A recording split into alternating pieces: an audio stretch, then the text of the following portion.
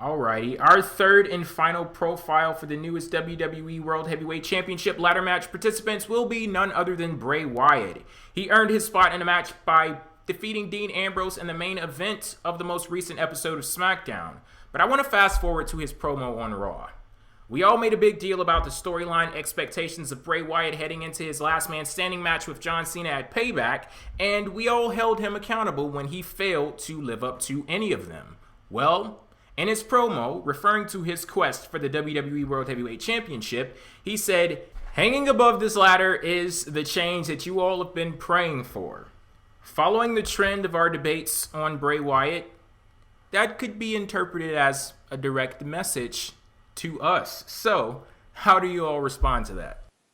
I have mixed feelings about this because, on one hand, I don't like the fact that we just glossed over what happened with Cena. He's not even addressing it. He's not talking about redemption or anything or trying to make up for his failure that was actually a failure for the first time.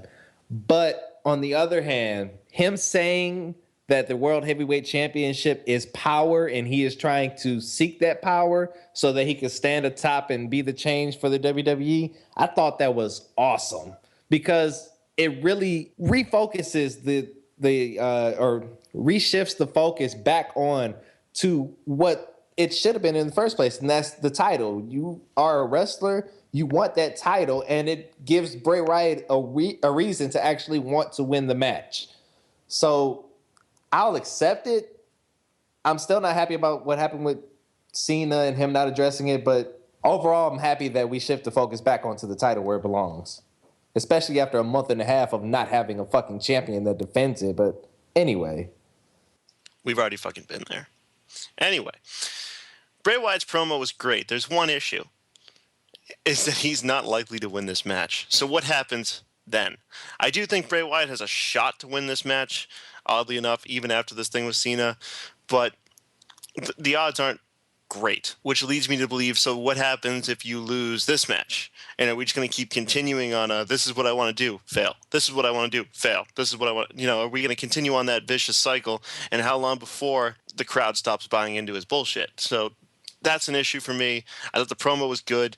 I actually did kind of tune into SmackDown for that main event. It was a good match with Dean Ambrose. So for those of you that actually are interested in seeing a good wrestling match every now and again, tune into the main event of SmackDown. Don't watch the rest of the show, but main event was good. And you can see Batista. I would like to. Wait a minute, Roman Reigns was in a match on that show too. Oh yeah, and he speared the shit out of Heath Slater. Okay. So yeah, you can watch that spear. Anyway, Bray Wyatt, I think this is good. I think he's on the right track. The problem is it kind of requires him to win the title, and I don't think he's going to do it. So where do we go from there would be the question. Maybe he's not necessarily going to win the title, but he can do something to prevent Cena from winning the title. So we can continue that storyline? This is WWE. Lord. Jay had a great point the other episode. I forget, maybe it was 2 episodes ago, but he said that Bray Wyatt was like a schoolyard bully, and I feel like Bray Wyatt is exactly that. Even if he cuts a great promo, I have to see him do something before I can fully buy into him.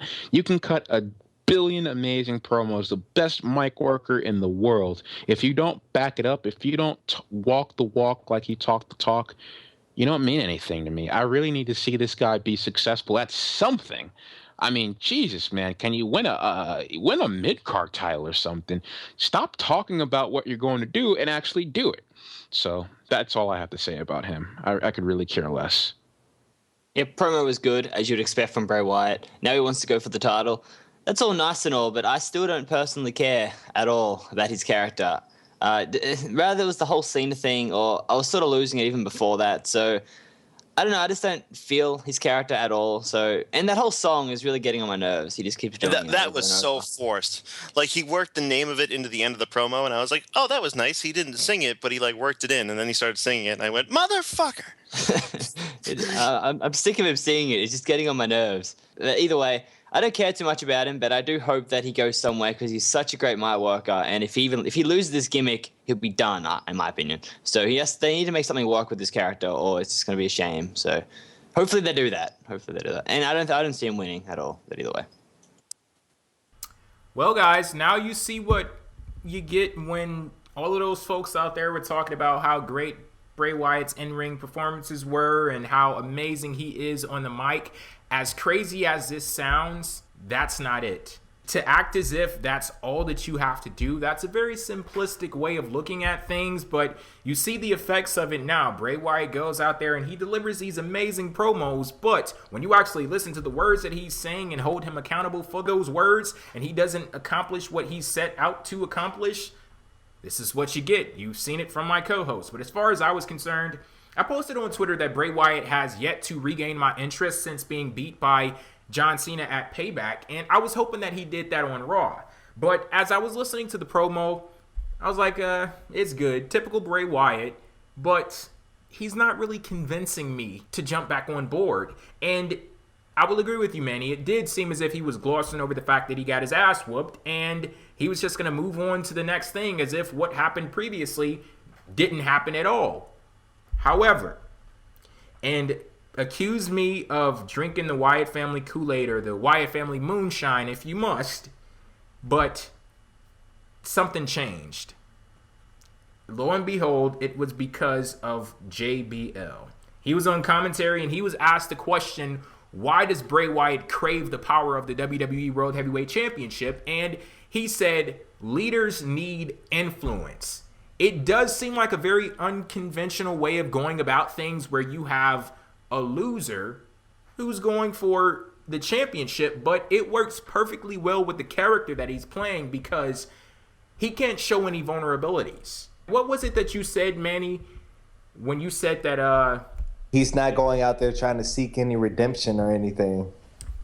That's the word there. He can't go out there and say he's seeking redemption, but that promo, to a T, that's what he's attempting to do with his quest for the championship. That's what he's trying to do. He's trying to seek redemption. He failed at one quest.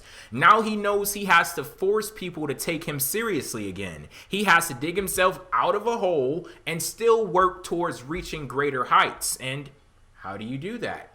Win the most prestigious title in the business. It provides a great platform for him to speak from, and I think that he handled the fallout pretty nicely, if I do say so myself. And you got all of this out of one comment from JBL. Yes, believe it or not, I did.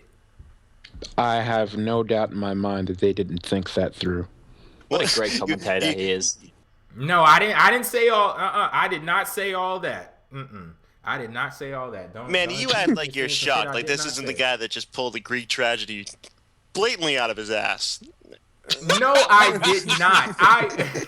I did not pull that out of my ass. I pulled it out of the story that they told on TV. But it does make sense, though. Like, you have to read more into the comment that was made. Leaders need influence. Like when if he had the championship, people are going to pay more attention to him. If he had that championship, people are going to look at him like, well, damn, I have to take this dude seriously now. And it seems like if he was in a one-on-one match for the championship, I don't think I would accept this, but it's easier for him to kind of make his way up there and be a contender now that it's like an open field and it's a multiple person match. So I think it works. You know, that all really makes sense, and I really like the story that you're trying to spin here, but I guarantee you... I am not trying to spin anything. I am taking what they provided me. If Cesaro is the king of swing, you are the king of spin. Well, maybe spin wasn't the right word. Maybe the story that you came away from after the episode of Raw. But I guarantee you that in that case, WWE lucked up as hell. Lucked up with JBL saying something poignant like that. That's not going to happen again. But in Jay's defense, it does make sense what he's saying. So absolutely. Yeah. Yeah, like when was it on purpose, or is JBL just that good? We'll never know. It's like when Ryback said revenge is a confession of pain. So, I mean, I understand, but they're not going to follow through with it. It was just luck. Ryback said that? That sounds great. Yep. Yeah. He probably got that off of Twitter.